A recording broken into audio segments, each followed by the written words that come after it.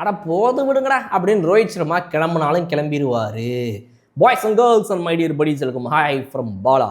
ரோஹித் சர்மா அவர்கள் இந்த வருஷம் ஐபிஎல் 2025 ஒரு மோசமான ஆட்டம் ஆடி இருக்காருங்க அப்படின்னு எவனாவது சொன்னான்னா அவனை தாயில தட்டி இங்கே பேர் கிளம்பி ஓடி பேர் அப்படின்னு முதல்ல சொல்லணும். அது ஃபஸ்ட்டு பண்ணுங்க.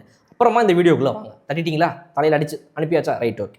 இப்போ ரோஹித் சர்மா அவர்களுடைய பெர்ஃபார்மன்ஸை பார்த்த வரைக்கும் இந்த வருஷம் மட்டும் இல்லாமல் இதுக்கு முன்னாடியும் அவர் இது போல தான் ஆடிக்கிட்டு இருந்திருக்காரு. இதுதான் அவருடைய பேட்டர்ன். அவர் எப்போவுமே இந்த ஒரு 300-400 ரன்கள் தான் அடிப்பார். இந்த 600-700-800 ரன், 9000-900 ஒரே சீசனில் 60,000 ரன்னு 10 மேட்ச்சில் அந்த மாதிரிலாம் அவர் அடிச்சதே கிடையாது. எப்போவுமே அவருடைய பிளிஸ்டரிங் நாக்கு டக்கு டக்குன்னு வரணும், அடிக்கணும், தூக்கி போட்டு போயிட்டே இருக்கணும். இப்படி தான் அவர் ஆடுவார். அது அப்படி தான் அவர் ஆடிட்டு இருந்திருக்காரு. அது அந்த டீமுக்கு நல்லபடியாக உபயோகமாக இருந்திருக்கு. பட் இந்த வருஷத்தை பொறுத்த வரைக்கும் நம்ம நிறைய ஃபேக்டர்ஸை கன்சிடர் பண்ணணும். மீண்டும் ரோஹித் சர்மாவை ஐபிஎல்லில் சந்திக்க முடியுமா அப்படிங்கிறது ஒரு கேள்வி தான். அடுத்த மெகா ஆக்ஷன் வருவதற்கு வரைக்கும் வெயிட் பண்ணுவாரா ரோஹித் சர்மா தன்னுடைய ரிட்டையர்மெண்ட்டை அறிவிக்கிறதுக்கு அப்படிங்கிறது காலம் தான் பதில் சொல்ல வேண்டும். ஏற்கனவே டெஸ்ட்டில் ரிட்டையர்மெண்ட் அனௌன்ஸ் பண்ணிட்டாரு, T20 ரிட்டையர்மெண்ட் அனௌன்ஸ் பண்ணிட்டாரு, வெறும் ஓடிஐயில் தான் இருக்கிறாரு. அடுத்து நாம் ரோஹித் சர்மாவை மீண்டும் சந்திப்பதற்கே ஒரு 170-190 நாட்கள் ஆகிவிடும் போல அப்படின்னு சொல்லி மக்கள்லாம் கதறும் அளவுக்கு அத்தனை நாட்கள் இருக்குது நம்ம திரும்ப ஒரு காம்படிட்டிவ் கிரிக்கெட்டில் ரோஹித் சர்மாவை பார்க்கறதுக்கு. அவர் நினச்சாருன்னா ரஞ்சிலாம் ஆடலாம். பட் ஆடுவாரா? எதுக்கு ஆடணும்? டெஸ்ட்டே ரிட்டையர்மெண்ட் அனௌன்ஸ் பண்ணிட்டேன், நாயகரா ரஞ்சி ஆடணும், ஊசு பிள்ளை அப்படின்னு அவர் சொல்லலாம். தெரியல. அது ஒரு பக்கம் இருக்க.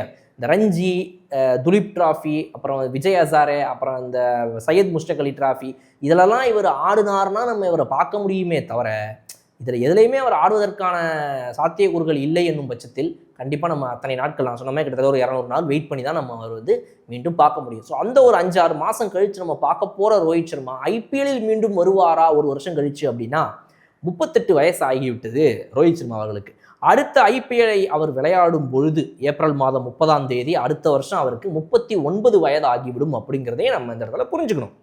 ஸோ எல்லா வீரர்களும் ஒரு 40 தொட்ட உடனேவோ இல்லை 40 தாண்டியும் ஐபிஎல் விளையாடுவாங்களான்னா அவங்களுக்கு ஃபிசிக்கல் ஃபிட்னஸ் இருக்கணும், அவங்களுடைய மனது முதல்ல அதுக்கு ரொம்ப ஃபோக்கஸ்டாக இருக்கணும். அதை தாண்டி அவங்களுக்கு இந்த பிரெயின் ஃபோக்கஸுங்கிறத தாண்டி இந்த ஹார்ட் சொல்லணும், போய் விளாட்ற அப்படின்னு சொல்லி நிறைய விஷயங்கள் இருக்குது. அந்த ஃபேக்டர்ஸ்லாம் அமைஞ்சாதான் அவங்க பெஸ்ட் கிரிக்கெட்டர்னு கிடையாது. சரியான டைமில் ரிட்டையர்மெண்ட்டையும் அனௌன்ஸ் பண்ணிட்டு போகலாம். அந்த வகையில் பார்க்கும்போது ரோஹித் சர்மா தன்னுடைய ரிட்டையர்மெண்ட்டை அடுத்த தான் பேசுகிற மாதிரி நான் வச்சுக்க மாட்டேன், கிளம்பி போயிட்டே இருப்பேன் அப்படின்னு சொல்லி டப்புன்னு ரிட்டையர்மெண்ட் அனௌன்ஸ் பண்ணுறாரு. அந்த வகையில் மேபி ஐபிஎல்லையும் ஒரு ரிட்டையர்மெண்ட் கால் கொடுக்கலாம் அடுத்த வருஷம். அதுக்கான காரணம் என்ன அப்படின்னா இந்த வருஷமே அவர் எந்த மேட்ச்லையும் செகண்ட் இன்னிங்ஸில், அதாவது ஃபீல்டிங் பண்ண வரலை. சும்மா அப்படி இப்படி அவ்வளோதான். மற்றபடி பல மேட்ச்சில் அவர் வரவே இல்லை ஃபீல்டிங்க்கு உள்ளுக்குள்ளே. இப்படிப்பட்ட ஒரு சீசன் ஃபுல்லாக இம்பேக்ட் பிளேயராக தன்னை வச்சு வெறும் பேட்டிங் மட்டும் ஆடக்கூடிய ரோஹித் சர்மா அடுத்த வருஷம் வரும்போது அவர் கொஞ்சம் இந்த உடல் பருமனும் கொஞ்சம் கொஞ்சமாக இதாகுது. அவர் ரொம்ப ஃபிட்னஸை கான்சென்ட்ரேட் பண்ணி அதை மெயின்டைன் பண்ணணுன்ற இன்டென்ஷன் எடுக்காமலோ இல்லை அவருக்கு ஏதோ உடலில் அதை ரொம்ப வருத்தக்கூடிய அளவுக்கு நிலைமை இல்லாமல் இருக்காங்க. நம்மளால சொல்ல முடியாது. நிறைய பேர் ஆன்லைனில் உடனே இவர் வெயிட் போட்டார்ப்பா, இவர் இதுப்பா அது பண்ணுறாங்க. ஸோ நம்ம அதுக்குள்ளே நம்ம போக விரும்பலை. கண்டிப்பாக அவங்களாம் ஃபிட்டஸ்ட் ஆஃப் த ஃபிட்டஸ்ட் கிரிக்கெட்டை பார்த்து வந்தவங்க தான், அதெல்லாம் விளையாடிட்டு இருக்கிறவங்க தான் அவங்க. ஸோ அவங்களுக்கு தெரியும் அவங்களை எப்படி ஃபிட்டாக வச்சுக்க முடியும்.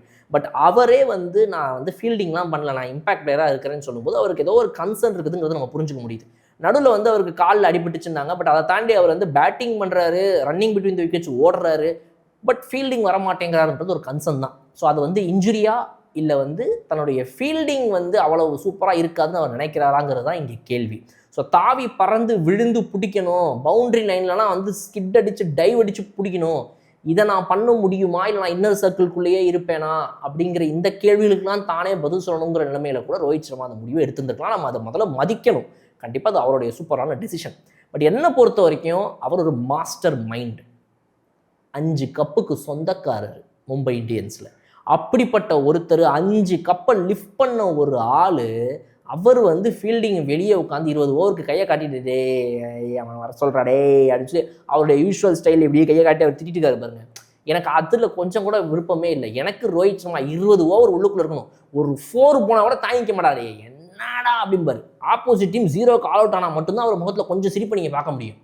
வைடு ஒரு ரன் போயிட்டு 1 ரன்னுக்கு ஆல் அவுட்டுன்னு சொன்னால் கூட அவர் ரொம்ப வருத்தப்படுவார். அந்த மாதிரி ஒரு மனுஷன் அவர். அப்படிப்பட்ட ஒரு டெடிக்கேட்டடான ஒரு ஆளை பிடிச்சி வெளியே உட்கார வச்சிருக்கும்போது எனக்கே அப்படியே செம காண்டா வருது. ஸோ அது அவரோட டெசிஷனோ மேனேஜ்மெண்ட் டெசிஷனோ திரும்பவும் அது அடுத்த சீசன் தொடருமாயினில் நம்ம இதை யோசிக்க வேண்டிய நிலைமை ஏற்படும். கண்டிப்பாக ரோஹித் சர்மா என்ன முடிவு எடுப்பார்? அடுத்த வருஷமும் இதுவே போல் தொடருவாரா?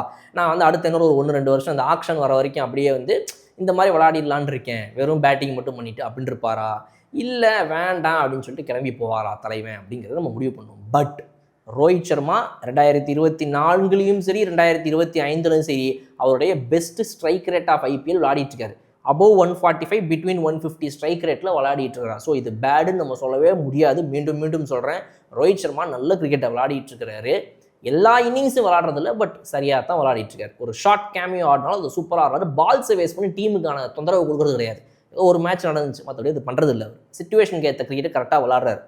இப்படிப்பட்டவர் என்ன ஆவார் அடுத்த சீசன் வெயிட் பண்ணி பார்ப்போம். நீங்கள் என்ன நினைக்கிறீங்க? ரோஹித் சர்மா விளையாடணும்னு ஆசைப்படலாம், பட் விளையாடுவாரா இல்லையா என்ன நினைக்கிறீங்க அப்படிங்கிறத கமெண்ட் செக்ஷன் சொல்லுங்கள். இன்னொரு சூப்பரான வீடியோ நான் உங்களுக்கு பார்க்குறேன். அதுவரை விடைபெறுது உங்கள் படம். Okay bye.